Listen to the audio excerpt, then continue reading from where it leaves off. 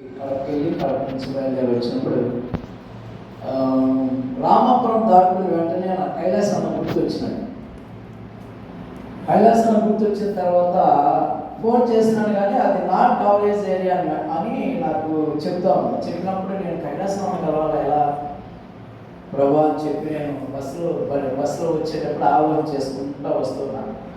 సరే, మళ్ళీ ఆలోచన ఏమొచ్చిందంటే బండి ఖచ్చితంగా అక్కైనా పెట్టింటుంది, అక్క అడిగితే విషయం తెలుస్తుంది అనుకోవాలి. కానీ నేను వచ్చే టైం బండి కూడా లేదు, సెల్ మంచి. రాత్రి నేను ప్రార్థన చేసినప్పుడు దేవుడు ఆయన కృప నాకు తోడుగా అనుగ్రహించి ఉదయకాలమే నాకు ఫోన్ చేసినట్టుగా దేవుడు కృప అనుగ్రహించాడు. దేవుని స్తోత్రం. హల్లెలూయా. ఆశగల ప్రాణాన్ని తృప్తిపరిచే దేవుడు. ఈ లోకంలో మానవులు ఎవరు తృప్తిపరచలేరు. తృప్తిపరచవచ్చు. ఏ విధంగా? ఆదివారం వస్తే మంచి బిర్యానీ, చికెన్ బిర్యానీ చేసుకోవచ్చు, మటన్ బిర్యానీ చేసుకోవచ్చు, మందు తాగొచ్చు, అనేక కార్యక్రమాలు చేయొచ్చు. ఆ ఆనందం వేరే, ఆ తృప్తి వేరే. కానీ దేవుడిచ్చేటువంటి ఆనందం కానీ దేవుడిచ్చేటువంటి తృప్తి అది శరీరానికి ఎంతో ఆరోగ్యకరమైనది. పరలోకమందు ఆయన స్థితి గొప్ప చేయబడుతుంది. దేవునికి స్తోత్రం. హల్లెలూయా. హల్లెలూయా. సాక్ష్యం చాలా చాలా మంచి సాక్ష్యం ప్రవీణ్ చెప్పాడు. దేవునికి స్తోత్రం. అందుకే దేవుడు 91 కీర్తనలో సెలవిస్తాడు, నీ అరికాలి పాదములకు రాళ్ళు తగలకుండా నేను దూతలకు ఆజ్ఞాపిస్తాను, వారి చేతుల మీద ఎత్తి పట్టుకుందని చెప్తాడు. దేవునికి స్తోత్రం. హల్లెలూయా. కాబట్టి దేవుడు ఎవరైతే ఆశ్రయిస్తారో వారికి దేవుడు ఎప్పుడు కాపుదలుగా ఉంటాడు. అందుకే దేవుడు అంటాడు, ఇదిగో నీ ముందు నేను నడుస్తున్నాను. మోసేతో అంటాడు, మోసా నువ్వు వెళ్ళు కానాను దేశానికి, నీ ఐగుప్తులో ఉన్న ఇజ్రాయేల్ అందరినీ కూడా కానాను దేశం పాలతేడు ప్రవహించే దేశానికి నువ్వు నడిపించు, నేను నీకు తోడుగా ఉంటానని చెప్పినటువంటి గొప్ప దేవుడు ఇశ్రాయేలు అనే దేవుడు. ఆయనే ప్రభువైన యేసుక్రీస్తు వారు. దేవునికి స్తోత్రం. హల్లెలూయా. మోసే అంటాడు, ప్రభా నాకు కాలు ఉంటుంది, మరి నాకు కన్ను సరిగా కనపడదు, కన్ను బాగా కనపడుతుంది, కన్ను సరిగా కనపడదు, నేను అందం లేని వాడిని, మరి నేను చాలా చిన్నవాడిని ప్రభా, నేను మరి ఇశ్రాయేలు ప్రజలందరూ నడిపించాలని నాకు ఈ శక్తి సాధనప్పుడు దేవుడు అన్న మాట ఒక్కటే ఒక మాట ఆయనకు కాపుదలుగా ఉంది, నీకు నేను తోడే ఉన్నాను. దేవునికి స్తోత్రం. హల్లెలూయా. హల్లెలూయా. ఈరోజు మనం చూసినట్లయితే అనేక మంది మరణిస్తున్నారు, అనేక మంది అనేక విధాలుగా చనిపోతున్నారు.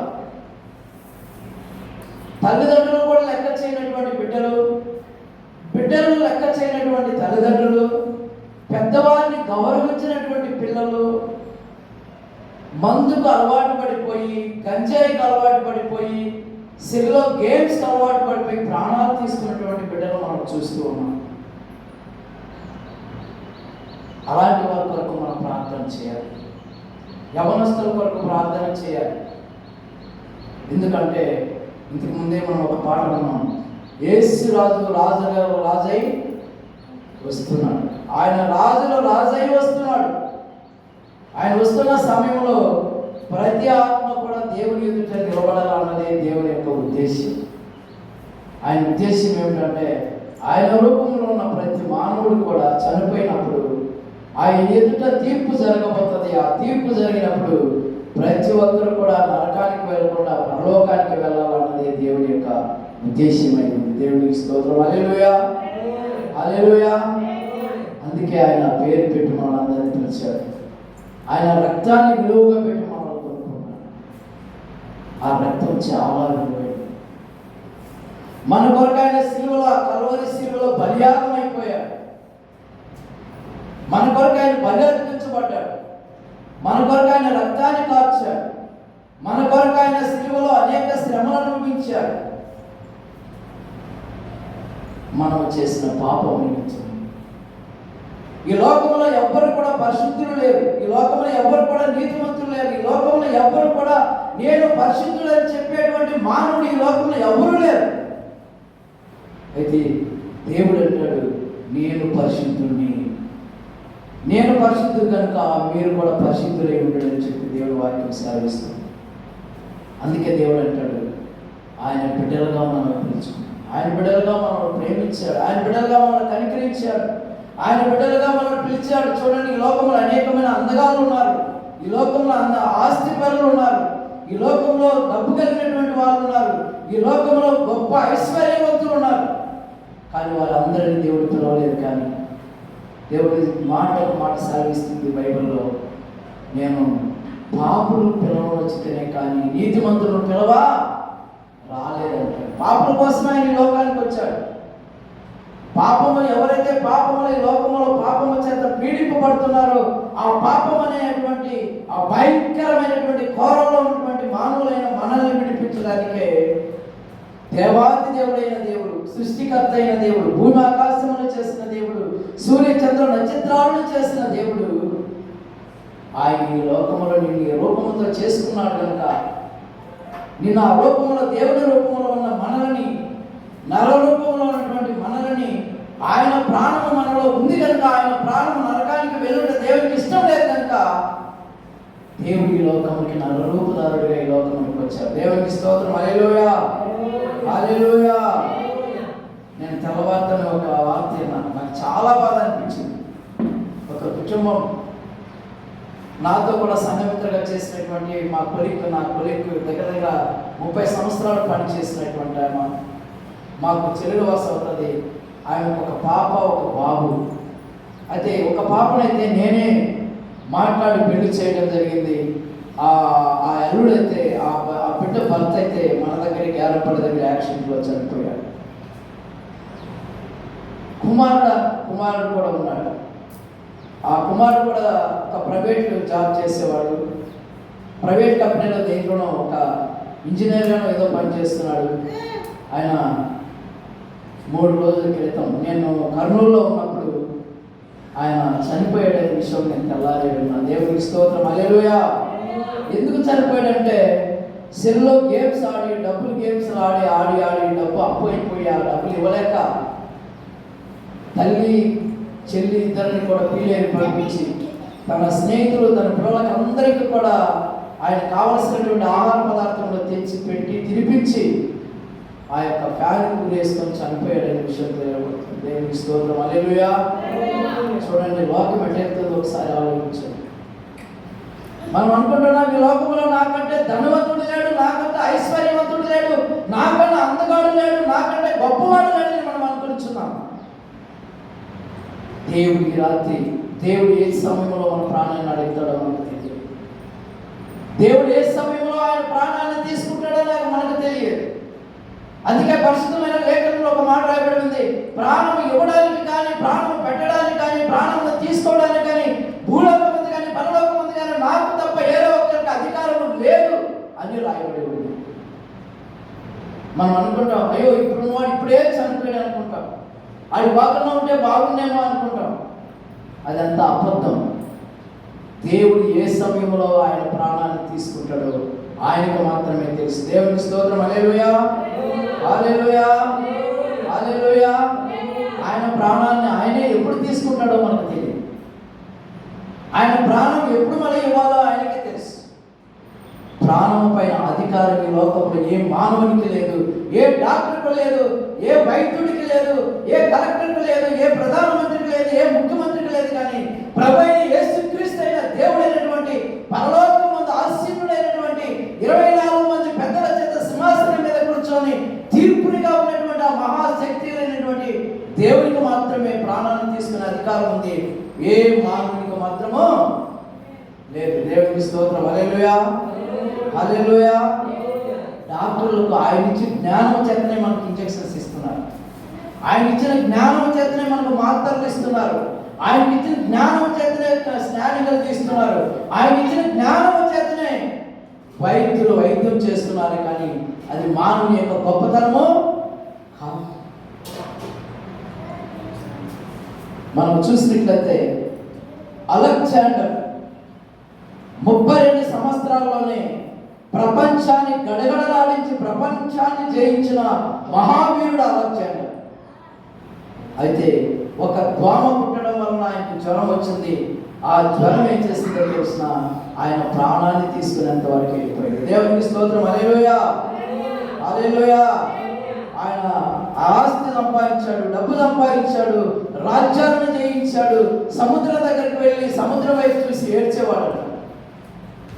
ప్రభా, మరి ఈ సముద్రంలో కూడా మనసులు ఉంటే ఈ సముద్రాన్ని కూడా నేను జయించుంటానని చెప్పి అలెగ్జాండర్, ద గ్రేట్ అలెగ్జాండర్ ఏడ్చేవాడు. ఒక రోజున వ్యాధిని పడ్డాడు. దేశంలో ఉన్నటువంటి, ప్రపంచంలో ఉన్నటువంటి డాక్టర్లందరినీ కూడా తీసుకొని వచ్చారు. అయితే ఆయన ఎవరు కూడా బాగు చేయలేదు. ఎవరు కూడా ఆ వ్యాధి నుంచి విడుదల కలిగించలేకపోయారు. చివరికి ఆయన ప్రాణం పోతున్నటువంటి సమయంలో ఆయన కొన్ని వీరునామాలు రాశారు. ఆ వీరునామాలో మొట్టమొదటిది ఏంటో తెలుసా? డాక్టర్లే నన్ను మోయాలి, ఎవరు మోయకూడదు, డాక్టర్ మాత్రమే మోయాలి. రెండవది, నన్ను నా శవపేటికలో నా చేతులు రెండు కూడా బయట నుంచి నన్ను తీసుకొని మోసుకొని వెళ్తున్నప్పుడు, ఆ శవ పట్టుకుని నన్ను మోసుకొని వెళ్తున్నప్పుడు, ఆ సమాధికి చేసేటప్పుడు నా రెండు చేతులు కూడా బయట పెట్టాలని చెప్పి ఆయన రెండు కోరికలు కోరుకుంటున్నాడు. ఎందుకు అంటే, ఈ లోకాన్ని జయించిన రాజునైన నేను నా ప్రాణాన్ని కాపాడుకోలేకపోయాను. నలుగురు డాక్టర్లు ఉన్నా కూడా శాస్త్రాన్ని చదివి, శాస్త్రాన్ని అధ్యయనించి, వైద్యములు అధ్యయించినటువంటి మహా గొప్ప డాక్టర్లు ఉన్నా కూడా నా ప్రాణాన్ని, దేవాతి దేవుడైనటువంటి ఆ దేవుడి నుంచి నా ప్రాణాన్ని కాపాడలేకపోయారు.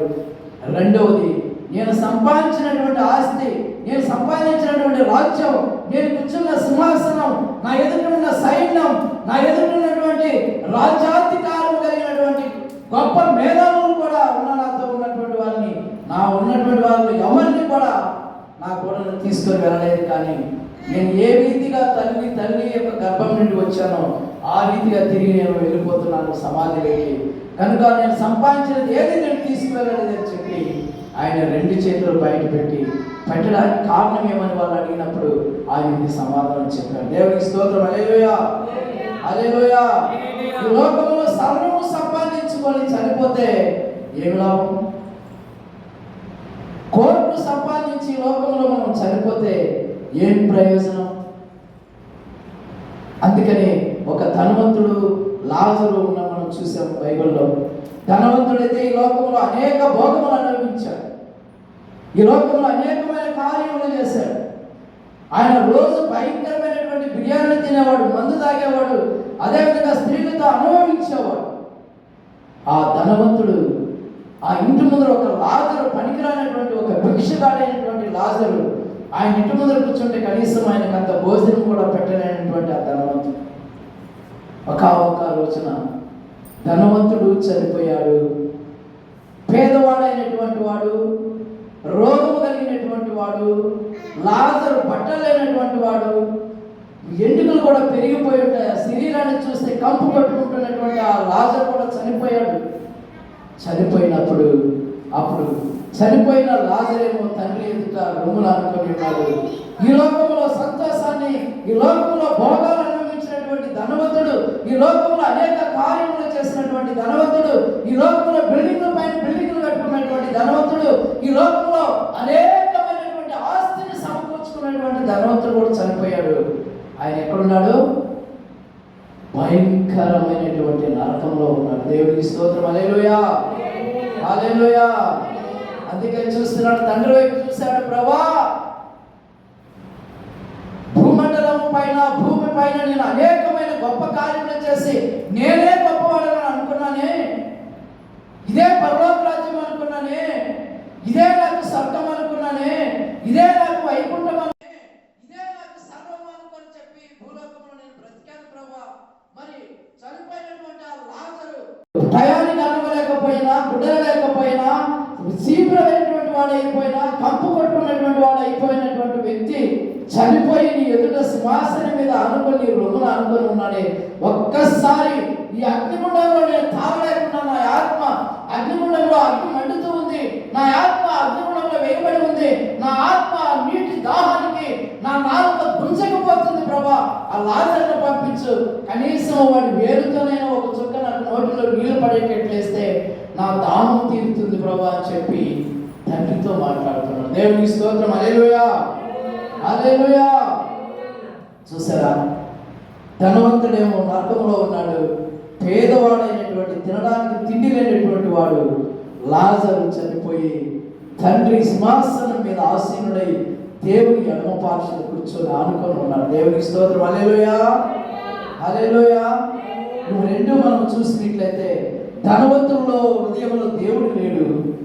పేదవాడైనటువంటి వాడు, అడుక్కున్నటువంటి వాడు, తినడానికి తిండి లేనటువంటి వాడు, కట్టుకోవడానికి బట్టలు లేనటువంటి వాడు, సమయానికి స్నానం కూడా చేయడానికి, తన శరీరానికి మురికిని కూడా పోవడానికి సోపును కూడా తెచ్చుకోలేని గతి లేనటువంటి వాడు, స్తోమత లేనటువంటి వాడు చనిపోయి తండ్రి అయిన దేవుని సింహాసనం మీద ఆనుకొని ఉన్నాడు.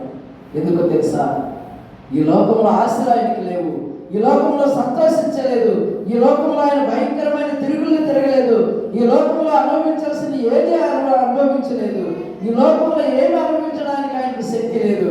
అయితే ఈ పరలోకమందు కనుక సింహాసనం మీద దేవుని యొక్క ఆనుకొని కూర్చున్నట్టుగా మనం చూస్తున్నాం. దేవునికి స్తోత్రం. హల్లెలూయా, హల్లెలూయా. ఆయన హృదయంలో దేవుడు ఉన్నాడు.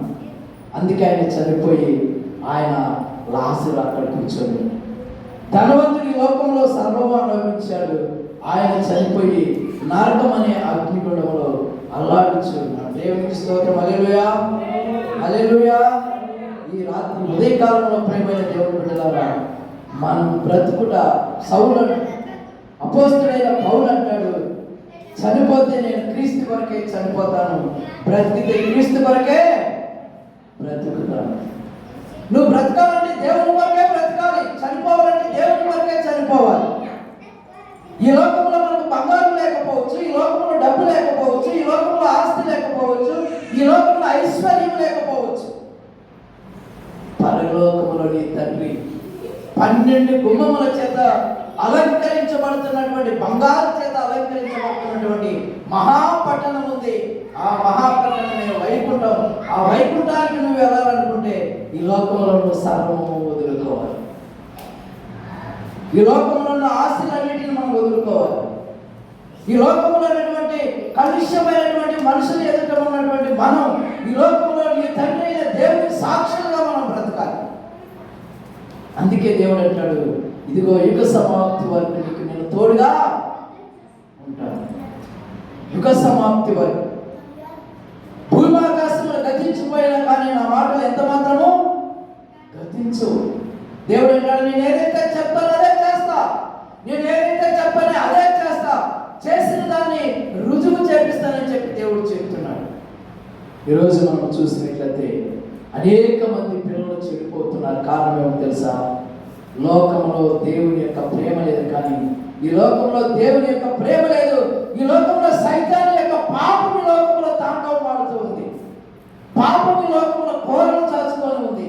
పాపం ఈ లోకంలో భయంకరమైనటువంటి మనుషుల పైన పనిచేస్తూ ఉంది. ఆ పాపం ఏందో తెలుసా? తాగుడనే పాపము, డబ్బు అని ఏ మోహము, ఆస్తి అని ఏ మోహము, నేను అనేటువంటి గర్వము, నాదే అనేటువంటి గర్వం ఈ లోకంలో తాండవం ఆడుతుంది కనుక పాపం విస్తారముగా లోకం పైన ప్రచారం చేయబడుతుంది. అందుకే ఈ లోకంలో చూడండి, పోయిన సంవత్సరానికి ఈ సంవత్సరానికి చాలా డిఫరెన్స్. ఎందుకో తెలుసా?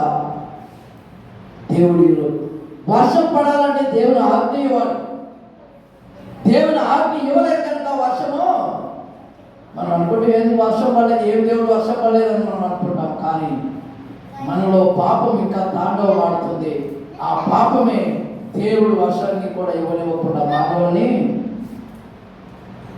బాధ పెడుతున్నట్టు మనం చూస్తున్నాం. ఇశ్రాయేలును మనం చూసినట్లయితే ఐగుప్తులో నుంచి మోసే 20 లక్షల మందిని ఐగుప్తు నుంచి కానాను దేశానికి నడిపిస్తున్నప్పుడు అనేక మంది మోసే మీద కొనుక్కున్నారు. మోసే పైన రాళ్ళు వేసి మోసేను చంపాలనుకున్నారు. అయితే మోసే అంటున్నాడు, ప్రభా మరి వీళ్ళు నన్ను చంపాలనుకుంటాను, మరి వీళ్ళు ఏం చేయాలి ప్రభా అని చెప్పినప్పుడు దేవుడు అంటాడు, వారితో నేను మాట్లాడతాను, నేను మాట్లాడతానని చెప్పి మోసేని స్థిరపరచడం మనం చూస్తాం. కాబట్టి మోసే సినాయి పర్వతం మీదకి వెళ్ళాడు. ఐగుప్తులో ఉన్నటువంటి వారిని అందరినీ ఇశ్రాయేలు ఐగుప్తు రాజ్యంలో తీసుకొని వెళ్తున్నాడు. అరణ్యంలో నడిపించాడు. అరణ్యంలో భయంకరమైనటువంటి శ్రమలు ఎదురైనప్పుడు కూడా మోసేను కొట్టాలనుకుంటున్నారు, మోసేను చంపాలనుకుంటున్నారు. అయినప్పటికీ కూడా దేవుడు మాట్లాడుతున్నప్పుడల్లా ప్రజలు మోసకు మళ్ళీ మోస మాట వింటున్నట్టుగా మనం చూస్తున్నాం. అయితే చివరిగా సినాయి పర్వతం దగ్గరికి వెళ్ళినప్పుడు దేవుడు మోసతో మాట్లాడుతున్నాడు. మోస, నువ్వు సినాయి పర్వతంకి వచ్చినప్పుడు ప్రజలందరూ కూడా సినాయి పర్వతం కింద ఉన్నారు. అనేక మంది ప్రజలంతా కూడా అక్కడ లక్షల మంది, 20 లక్షల మంది ప్రజానికం అక్కడ ఉంది. అయితే ప్రభువైన మోస సినాయి పర్వతంకు వెళ్ళినప్పుడు సినాయి పర్వతం అగ్నిమయమై ఉన్నది. దేవునికి స్తోత్రం, హల్లెలూయా. పర్వతం అంతా కూడా ఏమైంది? అగ్నిమయమై ఉంది. పర్వతం అంతా కూడా మండుతూ ఉంది. అయితే పర్వతానికి వెళ్తున్నప్పుడు చెప్పులు వేసుకొని మోస గారు వెళ్తున్నప్పుడు దేవుడు మాట్లాడుతున్నాడు మోసతో, మోస, ఇది పరిశుద్ధమైన స్థలం, నీ చెప్పులను పర్వతం కింద వదలమన్నప్పుడు పర్వతం కింద చెప్పులు వదిలేశారు. మోస వెళ్ళిపోయాడు పర్వతం. సినాయి పర్వతంలో దేవుడు మాట్లాడుతున్నాడు మోసతో. దేవునికి స్తోత్రం, హల్లెలూయా, హల్లెలూయా. ప్రజలు ఐగుప్తులో ఉన్నటువంటి ఇశ్రాయేలు ప్రజలను ఏ విధంగా దేవుడి పైన భక్తి కలిగి ఉండాలో, ఏ విధంగా దేవుని ఆరాధించాలో, ఏ విధంగా దేవుని సేవించాలో, ఏ విధంగా దేవునితో ఐక్యము కావాలో, ఏ విధంగా ఐగుప్తు దేశంలో ఉన్న ఫరో రాజు యొక్క చక్రవర్తి దగ్గర బానిసత్వంలో ఉన్నటువంటి ఆ యొక్క ప్రజలందరినీ కూడా విడుదల కలిగి చేయడానికి మోసకు ఆజ్ఞలో పోతున్నాడు. ఆ ఆజ్ఞను 10 ఆజ్ఞలు దేవుడు ఇచ్చినట్టు మనం చూస్తున్నాం. దేవునికి స్తోత్రం, హల్లెలూయా, హల్లెలూయా. ఆజ్ఞలు దేవుడు ఆజ్ఞలు ఇస్తున్నాడు. తన హృదయం అనే పలకల మీద ఆజ్ఞలు రాసుకుంటున్నాడు మోస. అయితే కింద ఆ ఇశ్రాయేలీయులు అందరూ కూడా కింద ఉన్నారు, ఆ పర్వతం కింద ఉన్నారు. ఇంకా మోస రాడు, మోస చనిపోయాడు, పర్వతం మండుకుంటూ ఉంది. మోస ఇంకా దిగి రాడు, మనకు నాయకుడు లేడు, మన నాయకుడు చనిపోయాడు అని చెప్పి ఆ ఇశ్రాయేలీయులు అందరూ కూడా పర్వతం కింద ఏం చేస్తున్నారంటే ఎవరి దగ్గర ఉన్నటువంటి బంగారాంతను కూడా పోగు చేస్తున్నారు. వారి దగ్గర ఉన్నటువంటి వెండినంతా కూడా పోగు చేశారు.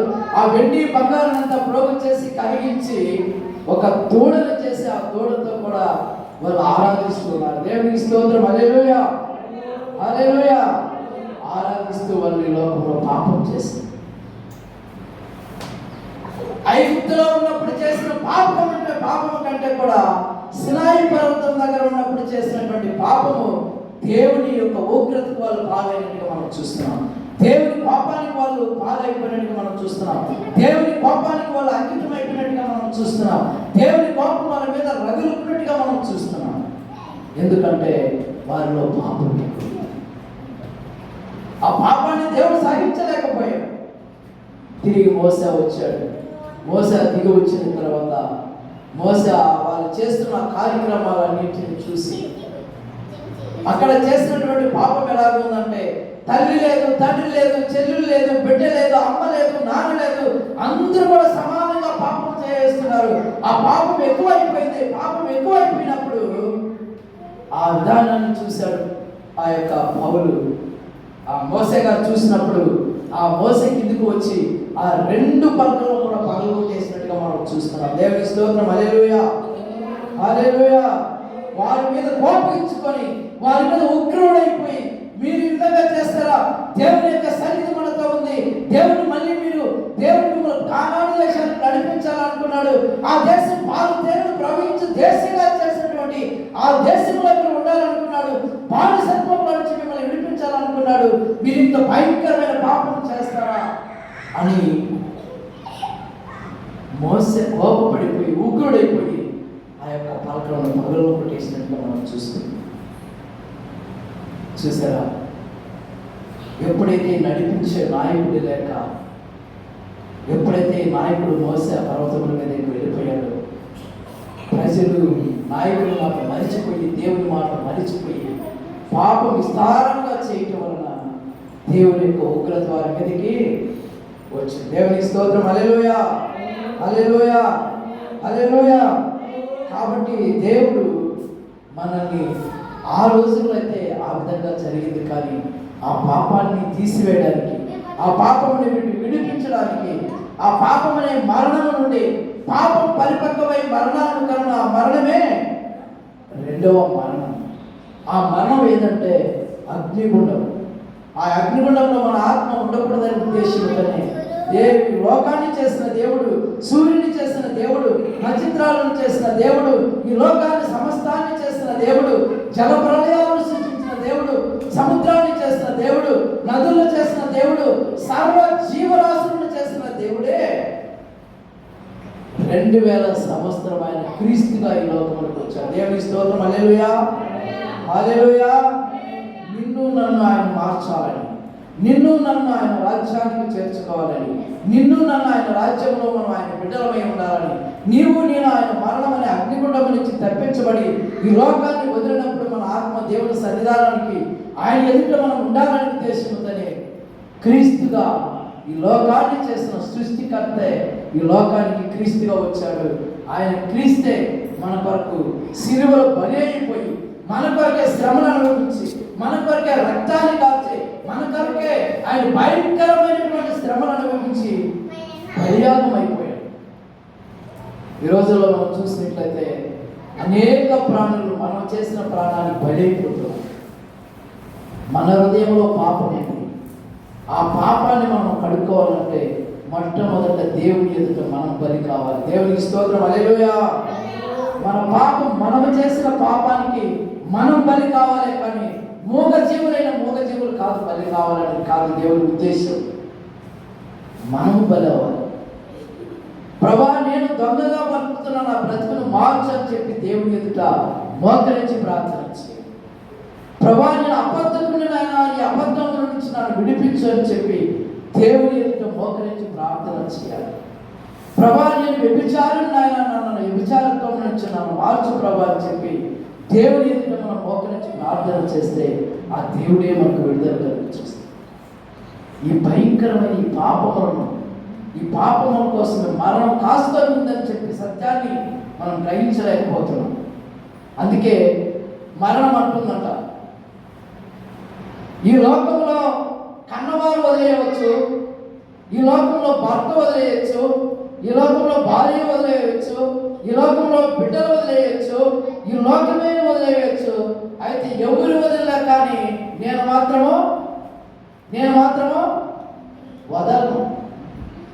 ఎవరైనా వదిలేయచ్చు, స్నేహితులు వదిలేయచ్చు, బంధువులు వదిలేయచ్చు, కన్నవారు వదిలేయచ్చు, కన్న తండ్రి వదిలేయచ్చు, కన్న తల్లి వదిలేయచ్చు, భర్త వదిలేయచ్చు, భార్య వదిలేయచ్చు, మన ఎనుక ముందు పుట్టిన అన్నదమ్ములైనా వదిలేయచ్చు, అక్క చెల్లెళ్ళైనా వదిలేయచ్చు, బంధువులైనా వదిలేయచ్చు, స్నేహితులైనా వదిలేయచ్చు. కానీ నేను మాత్రం ఎవరినే వదలను. వారు ఎక్కడికి వెళ్తే వాళ్ళు ఎక్కడ ఉంటా, వాళ్ళు ఎక్కడ కూర్చుంటే అక్కడ కూర్చుంటా, వాళ్ళు ఎక్కడ పండుకుంటే అక్కడ పండుకుంటా, వాళ్ళు ఎక్కడ నడిస్తే వారితో కూడా నడుస్తా, వాళ్ళు ఎక్కడ ప్రయాణం చేస్తే వారితో కూడా ప్రయాణం చేస్తా. ఏ రోజు కూడా నేను వారిని వదలను, వారు ఎంటాడుతూనే ఉంటా. ఎవరు చెప్తున్నారు ఈ మాట? ఎవరు చెప్తున్నారు ఈ మాట? మరణం చెప్తుంది మనిషికి. తల్లి కూడా నన్ను కన్న తల్లి, నా తల్లి నన్ను కని ఉంటుంది, కానీ నా తల్లి మర్చిపోయి ఉంటుంది నా బిడ్డను నేను కన్నానన్న సంగతి. నా తండ్రి నన్ను కని ఉంటాడు, నా తండ్రి కూడా మర్చిపోయి ఉంటాడు. నా స్నేహితుడు, నాతో కూడా తిన్న స్నేహితుడు, నీ కొరకు ప్రాణాలు ఇస్తాననేటువంటి స్నేహితుడు కూడా నన్ను మర్చిపోయి ఉండవచ్చు. నేను పెట్టినప్పుడు మాత్రమే స్నేహితుడిగా నన్ను గుర్తుండొచ్చు. నాతో డబ్బున్నప్పుడే నా దానికంటే అనేక మంది తిరిగి ఉండవచ్చు. కానీ చివరికి వాళ్ళు నిన్ను అందరూ కూడా వదిలేసిన ఒక్కరు మాత్రం మనతో ఉంటారు. ఎవరు వాళ్ళు? ఎవరు? మరణం మనం వెంటాడుతూనే ఉంటుంది. మనిషి దేనికి భయపడు? రోగానికి భయపడు, డబ్బుకు భయపడు, ఆస్తికి భయపడు, అంతస్తుకు భయపడు, దయానికి భయపడు, భూతానికి భయపడు. అయితే ఒక్కదానికి భయపడతాడు.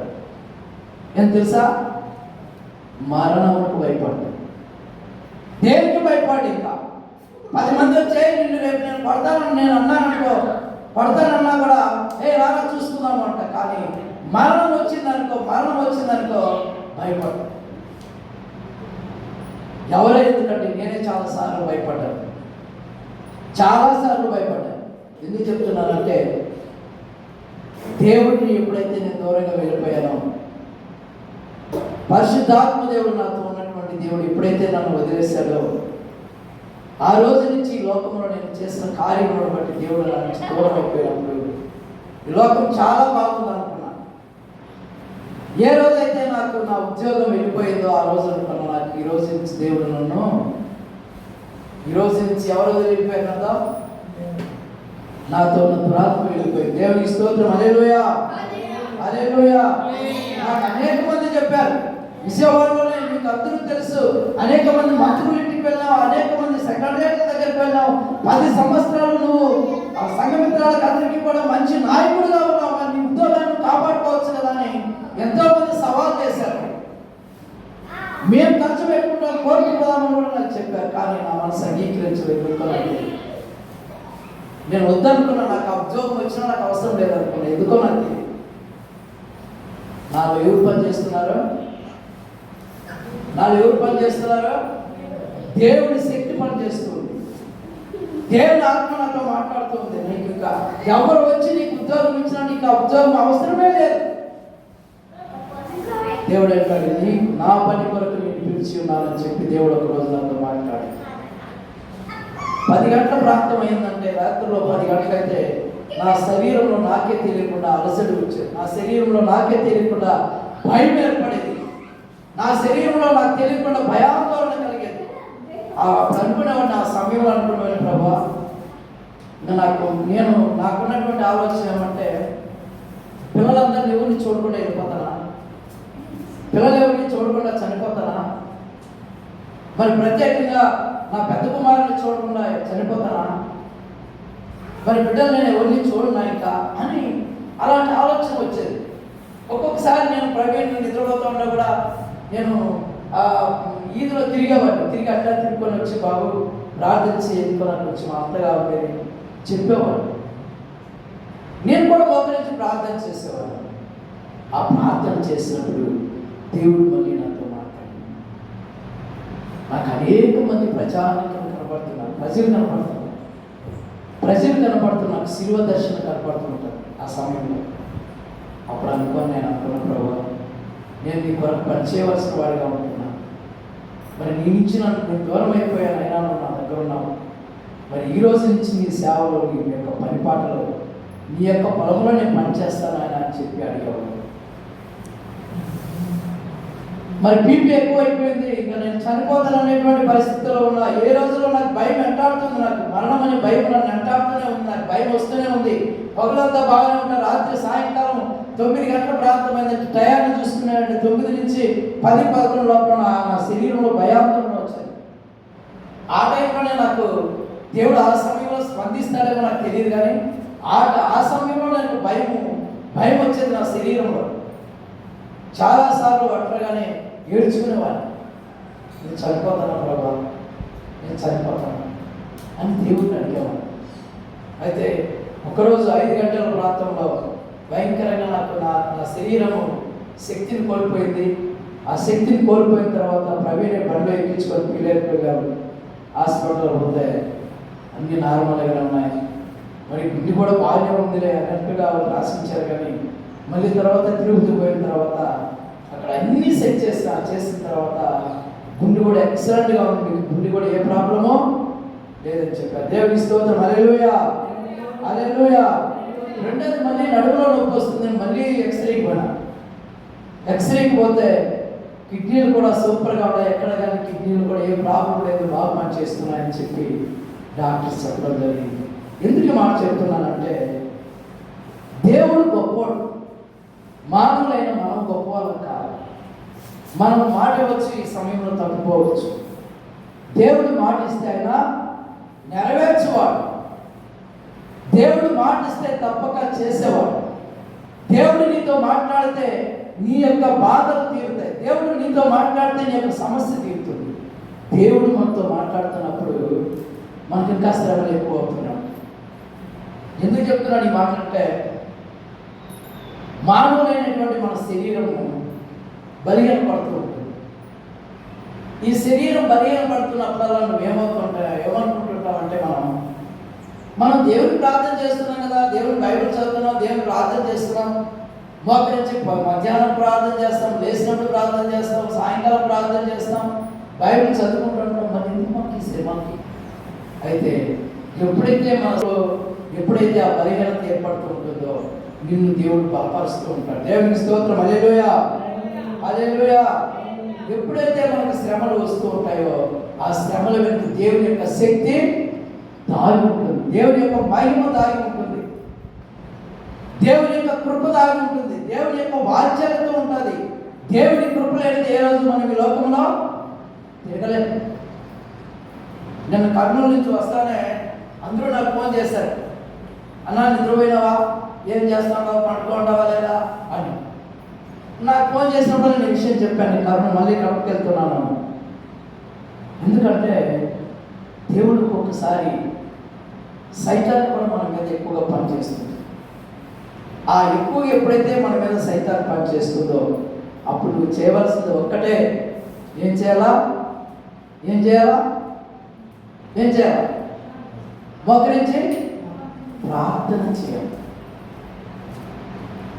యేసు ప్రభు కూడా యోహాను దగ్గర బాప్తిసం తీసుకున్నాడు. బాప్తిసం తీసుకొని యోర్దాను నది ఒడ్డుకు రావడం వచ్చి నిలబడ్డాడు. నిలబడితేనే పరలోకం నుంచి ఒక శబ్దం వస్తుంది, ఈయన ప్రియకుమారుడు ఈయన యందు నేను ఆనందించదని చెప్పి ఒక పావురం పరలోకం నుంచి దిగి ఆయన భుజం మీద ఆయన పరిశుద్ధుడు కనుక, ఆయన పరలోకంలో ఉన్న శక్తిమంతుడు కనుక, సర్వ శక్తి కలిగినటువంటి దేవుడు కనుక ఆయన తట్టుకోగలిగాడు. సైతాన్ కూడా పక్కనే ఆగి నిలబడుకొని ఉంది.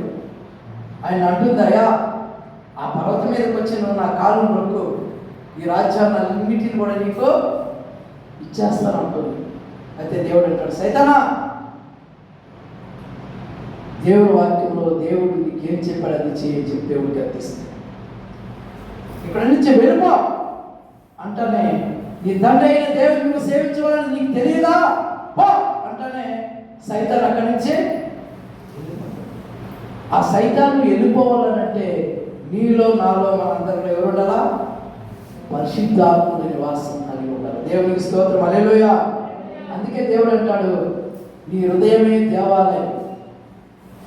మన హృదయంలో దేవుడు ఉన్నాడు. మన ప్రాణం ఎవరిది? దేవుడే. మన ప్రాణం దేవుడిది.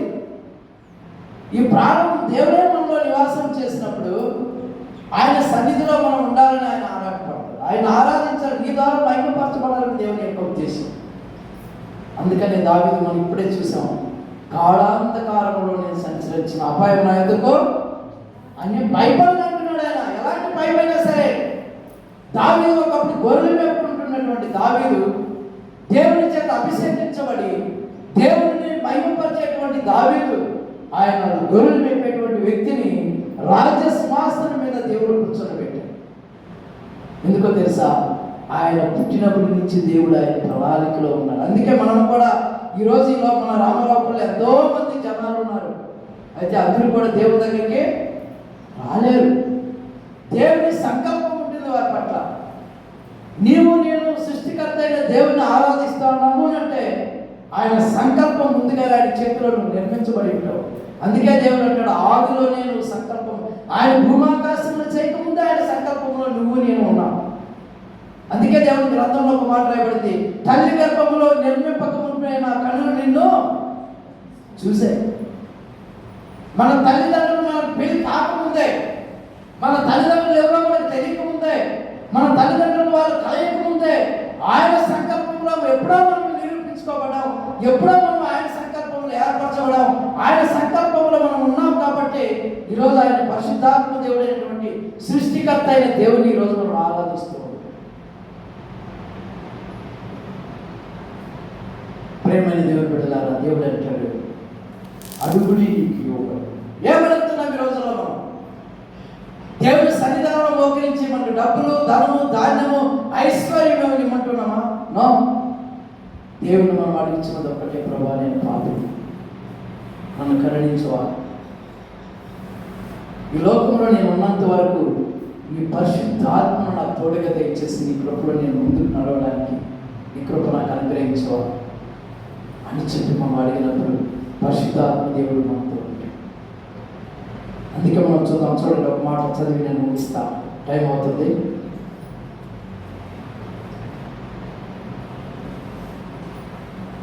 మత్తయి సువార్త చూడండి ఒకసారి, బైబిల్ వాళ్ళ బైబిల్ తీయండి. మత్తయి సువార్త 16వ అధ్యాయం 26వ వచనం. ఒక మనుష్యుడు లోకమంతయు సంపాదించుకొని తన ప్రాణమును పోగొట్టుకుంటే అతనికి ఏమి ప్రయోజనము? అతనికి ఏమి ప్రయోజనం? చూసారా, ఒక మనుషుడు లోకాన్నంతా సంపాదించుకొని దేవుని సృష్టిలో ఏర్పరచబడినటువంటి మానవుడు ఆదికాండంలో మనం చూసినట్లయితే 2వ అధ్యాయంలో మనం చూసినట్లయితే దేవుడు మానవుని ఏ విధంగా నిరూపించాడో అది మనం చూసినట్లయితే ఆ నిర్మాణాన్ని కనుక మనం ఒకసారి తలంచుకున్నట్లయితే మన గుండెల్లో భయం పుడుతుంది. ఆయన ఆ మట్టిని తీసుకొని, భూమిలో ఉన్న మట్టిని ఆ పరిశుద్ధమైనటువంటి చేతులతో ఆ మట్టిని బొమ్మని చేసి ఆ బొమ్మలో ఆయన ఊపినటువంటి ఆ ప్రాణం ఈరోజు మనం ఉన్నాం. అందుకే దేవుడు అంటాడు, ఈ లోకంలో సమస్తాన్ని సంపాదించుకొని ఒక మనుషుడు ఈ లోకాన్ని విడిచి వెళ్ళిపోయిన తర్వాత ఏమే ప్రయోజనం? దేవుడు లేకుండా నువ్వు చనిపోతే ఏమిటి ప్రయోజనం? దేవుడు లేకుండా ఈ లోకంలో మనం తిరిగితే ప్రయోజనం ఏమిటి? ఈ లోకంలో ఆస్తిని సంపాదించుకుంటే ప్రయోజనం ఏమిటి? ఈ లోకంలో బంగారం సంపాదించుకుంటే ప్రయోజనం ఏమిటి? ఈ లోకంలో 4 అంతస్తుల బిల్డింగ్లు కడితే ప్రయోజనం ఏమిటి? ఈ లోకంలో మనం తిరిగినప్పుడు ఈ బంగారు వజ్రాలు ధరించుకొని మంచి బట్టలు కట్టుకొని భయంకరమైన పాప జీవితంలో మనం జీవిస్తే ప్రయోజనం ఏమిటి? అందుకే దేవుడు అంటున్నాడు, ఒక మానవుడు ఈ లోకంలో సమస్తమును సంపాదించుకొని తన ప్రాణమును పోగొట్టుకుంటే ప్రయోజనం ఏమిటి? ఈ లోకంలో ఉన్న ధనవంతుడు చనిపోయాడు, ఆ అగ్నిగుండంలో అల్లాడుతూ ఉన్నాడు. ఈ లోకంలో ఆస్తి లేదు, అంతస్తు లేదు, ఐశ్వర్యం లేదు, అన్నం లేదు, తినడానికి తిండి లేదు, కట్టుకోవడానికి బట్ట లేదు, ఎవరైనా పెట్టి తినాలి, లేకపోతే అలాగే ఉన్నటువంటి లాజరు చనిపోయాడు. ఆయన తండ్రి అయిన యెహోవా దేవుని ఎదుట సింహాసనం మీద ఎడమ ప్రక్కన ఆయన రొమ్మున అనుకొని కూర్చొని ఉన్నాడు. ఏ ఆస్తి లేనివాడు, ఏ అంతస్తు లేనివాడు, ఏ బంగారం లేనివాడు, ఏ డబ్బు లేనివాడు, ఏ ఆశ లేనటువంటి వాడు చనిపోయాడు, దేవుని సింహాసనం మీద కూర్చొని ఉన్నాడు. ఈ లోకాన్ని సమస్తాన్ని సమకూర్చుకున్నటువంటి ధనవంతుడైనటువంటి వాడు చనిపోయాడు. వాడు అగ్ని అనే నరకములో ఏడుస్తున్నాడు. ఆ అగ్నికి మండుతూ ఉంది, ప్రాణం ఎగురుతూ ఉంది అగ్నిలో. ఒక్కసారి మనం అగ్ని ఊహించుకుంటే ఆ ప్రాణం ఎలాగా ఉంటుందో ఒకసారి ఆలోచించు. ఏంటి ప్రయోజనం? ఏంటి ప్రయోజనం? ఈ లోకంలో సమస్తాన్ని సంపాదించుకొని మనం చనిపోతే, దేవుడు లేకుండా చనిపోతే నీ ప్రాణం ఎక్కడికి వెళ్తుంది? దేవుడు లేకుండా చనిపోతే నీ ప్రాణం యొక్క పరిస్థితి ఏమిటి? దేవుడు లేకుండా చనిపోతే నీ ఆత్మ యొక్క పరిస్థితి ఏమిటి? మనం చూస్తాం, ఎవరైనా చనిపోతే పేపర్ యాడ్ వేస్తూ ఉంటుంది, పలానోళ్ళు చనిపోయారండి, వారి ఆత్మకు శాంతి కోరినట్లు అందరూ ప్రార్థన చేయండి. నా ప్రాణం గురించి నేను ప్రార్థన చేయాలి, నా ప్రాణం గురించి నేను దేవుని అడగాలి, నా ప్రాణం గురించి తండ్రి నేను మోకరించాలి, ప్రభా నేను పాపిని, నా పాపాన్ని క్షమించాలి నేను అడిగితేనే కానీ నా ప్రాణానికి శాంతి చేయకూడదు. కానీ ఇంకెవరైనా ప్రార్థన చేస్తే ఆ శాంతి రాదు. నా ప్రాణానికి నేనే శాంతిని సమకూర్చుకోవాలి. అందుకే ఒక ధనవంతుడు అంటాడు, లోకం అంతా సంపాదించి డబ్బు ఆస్తి అంతా సంపాదించిన నువ్వు ఏమి తింటావో, ఏమి తాగుతావో, ఏమి చేస్తావో, ఎలాగ అనుభవిస్తావో అనుభవించు అని చెప్పి గ్రంథంలో రాయబడి ఉంది. దేవుడు అంటాడు ఆ ధనవంతుడితో, ఈ రాత్రి కాలమే నీ ప్రాణాన్ని నేను తీసుకుంటూ ఉన్నాను.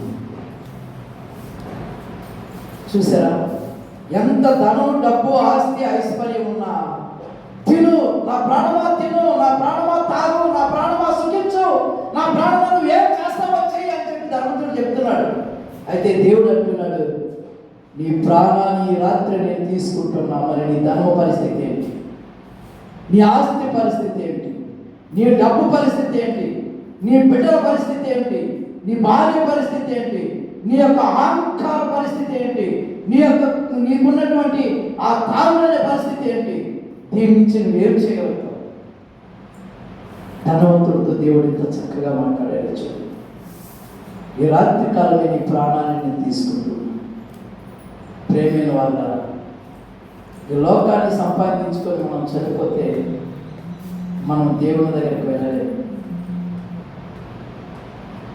ఈ లోకాన్ని సమస్తాన్ని సమకూర్చుకొని మనం చనిపోతే దేవుని దగ్గరికి వెళ్ళలేము. అందుకే బైబిల్లో ఒక మాట రాయబడింది, పాపం ప్రవేశించు స్థలం విశాలమైనటువంటిది, పరిశుద్ధులు వెళ్ళు స్థలము ఇరుకైన మార్గం. ఆ ఇరుకైన మార్గం కూడా నువ్వు వెళ్ళాలంటే నీ పాపాన్ని మనం ఒప్పుకోవాలి. మన పాపాలను మనం ఒప్పుకోవాలి. నా పాపం గురించి నేను దేవుని ఎదుట మోకరించాలి. నా పాపం నా బిడ్డలు తీర్చలేరు, నా పాపం నా భార్య తీర్చదు, నా పాపం నా తల్లి తీర్చదు, నా పాపం నేను కన్నటువంటి నా కుమారుడు, నా కుమార్తె, నా మనవడు, నా మనవరాడు ఎవరు నా పాపాన్ని క్షమించలేరు. నా పాపాన్ని క్షమించేవాడు ఒక్కడే, ఆయనే పరిశుద్ధాత్మ దేవుడు. దేవునికి స్తోత్రం. హల్లెలూయా, హల్లెలూయా. నా పాపాన్ని క్షమించే హక్కు ఎవరికి ఉందంటే ఒక దేవదేవునికి ఉంది తప్ప ఈ లోకంలో ఏ మానవునికి లేదు. నేను సంపాదించవచ్చు, నేను డబ్బులు ఇవ్వచ్చు, నేను ఆస్తి ఇవ్వచ్చు, నేను డబ్బులు ఇవ్వచ్చు, వారికి బట్టలు ఇవ్వచ్చు, వాళ్ళు మంచిగా మాట్లాడచ్చు, మంచిగా చేయొచ్చు, వాళ్ళకి ఏది కావాలంటే అది మనం చేయవచ్చు. కానీ నా పాపాన్ని క్షమించే అధికారం లోకంలో ఏ మానవునికి లేదు. కానీ నా తండ్రి అయిన దేవుడైన సృష్టికర్త అయిన యెహోవా దేవుడైనటువంటి క్రీస్తుకు మాత్రమే ఉంది. ఆయనే లోక సృష్టికర్త అయిన యేసుక్రీస్తు ప్రభువు మాత్రమే ఉంది. దేవునికి స్తోత్రం. హల్లెలూయా, హల్లెలూయా. నువ్వు నేను క్షమించబడాలంటే, నా పాపము నీ పాపము క్షమించబడాలంటే మన పాపాలు మన దేవుని ఎదుట మనమే ఒప్పుకోవాలి. మన పాపానికి మనమే పశ్చాత్తాపడాలి. మన పాపాన్ని మనమే ఒప్పుకోవాలి. కానీ నీ పాపం గురించి ఇంకొకరు ఒప్పుకుంటే ఆ పాపము తీర్చుకోవాలి. దేవునికి స్తోత్రం. హల్లెలూయా. నాకు ఆకలి వేస్తుందండి, నేను ఆకలి వేసినప్పుడు నేను తింటే నాకు ఆకలి తీరుతుంది.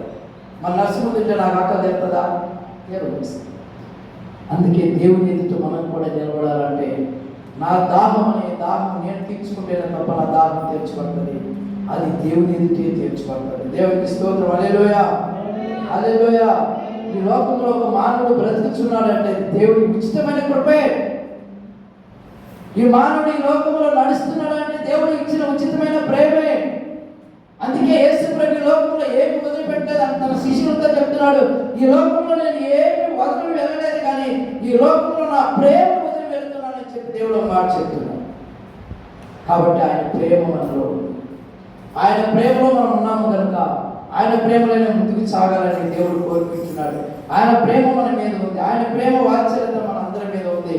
అందుకే దేవుడు అంటున్నాడు, ఈ లోకంలో సమస్తాన్ని సంపాదించుకోలేక మనిషి మరణిస్తే ఏంటి పరిస్థితి?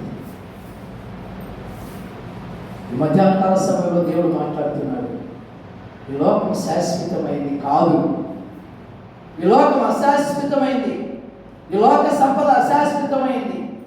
అందుకే ఒక భక్తుడు అంటాడు, నువ్వు ఒక్క వైపు నీ ఎదుర్కొన్నటువంటి సమాధి తోటను చూడము అంటాడు.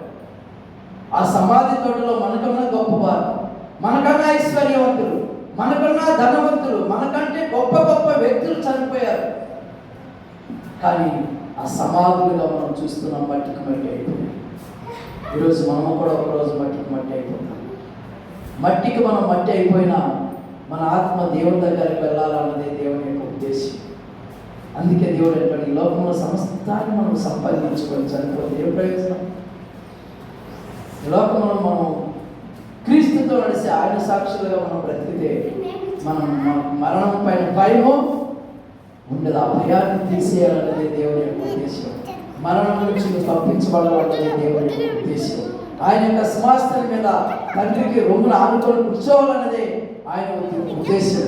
రెండవ రాకడలో ఆయన ఎదుట నిలబడి తీర్పునిగా కాకుండా దేవదూతలు నిన్ను ఆ పరలోక రాజ్యానికి ఆహ్వానించే బిడ్డగా నేను ఉండాలన్నదే దేవుని యొక్క ఉద్దేశం కనుక ఆ ఉద్దేశం ప్రకారమే మనం ముందుకు వెళ్ళాలని దేవుడు కోరుకుంటున్నాడు. ఈ మాటలను దేవుడు దీవించి ఆశీర్వదించుగాక. సమయాన్ని ఇచ్చిన మీకు అందరికీ కూడా మరొకసారి ధన్యవాదాలు తెలియజేస్తున్నాను. పంచుకోండి. వాక్యాన్ని బట్టి కొద్ది నిమిషాలు ప్రార్థన చేసుకున్నాం. దేవుడి మధ్యాహ్న కాల సమయంలో తమ సేవకుల ద్వారా మనందరితో మాట్లాడిన మాటను బట్టి మనమందరం దేవుని సన్నిధిలో ఈ ప్రాణం ఎంత విలువైనదో, ఎంత డబ్బులు, ఎంత ఐశ్వర్యం, ఎంత గొప్ప పేరు, ఎంత పలికబడి, ఎంత కీర్తి ప్రతిష్టలు ఉన్నా సరే ప్రాణం పోయే పరిస్థితి వస్తే అవేమి నిన్ను కాపాడలేవు. కనుక నీ ప్రాణం విషయంలో నువ్వు జాగ్రత్త పడు. ఒకవేళ మరణిస్తే, ఈరోజు ఈ సమయంలో ఒకవేళ నీ ప్రాణం పోతే నువ్వు పరలోకంకి వెళ్తావా? నువ్వు స్వర్గంలోకి వెళ్తావా? లేకపోతే నీ ప్రాణం ఏమైనా అగ్నిగుండం అనే నరకంలో ఇవ్వబడుతుందా అని ఒకసారి నీ జీవితాన్ని జ్ఞాపకం చేసుకో. అని దేవుడు చెప్తున్న మాటను బట్టి మనం ప్రార్థన చేద్దామా? ఈ జీవితం విలువైనది, నరులారా రండని సెలవైనది. ఈ జీవితం విలువైనది, నరులారా రండని సెలవైనది. సిద్ధపడినావా చివరి యాత్రకు? సిద్ధపడినావా చివరి యాత్రకు? యుగ యుగాలు దేవునితో ఉండుటకు, నీ ఉండుటకు. ఈ జీవితం విలువైనది, నరులారా రండని సెలవైనది, దేవుని సెలవైనది. సంపాదన కోసమే పుట్టలేదు నీవు, పోయేటప్పుడు ఏది పట్టుకొని పోవు. సంపాదన కోసమే పుట్టలేదు నీవు, పోయేటప్పుడు ఏది పట్టుకొని పోవు. పోతున్న వారిని నువ్వు చూచుటలేదా? పోతున్న వారిని నువ్వు చూచుటలేదా? బ్రతికి ఉన్న నీకు వారు పాఠమే కాదా? బ్రతికి ఉన్నవారు నీకు పాఠమే కాదా? ఈ జీవితం విలువైనది, నరులారా రండని సెలవైనది. ఈ జీవితం విలువైనది, నరులారా రండని సెలవైనది. మరణము రుచి చూడక బ్రతికే నరుడెవడు?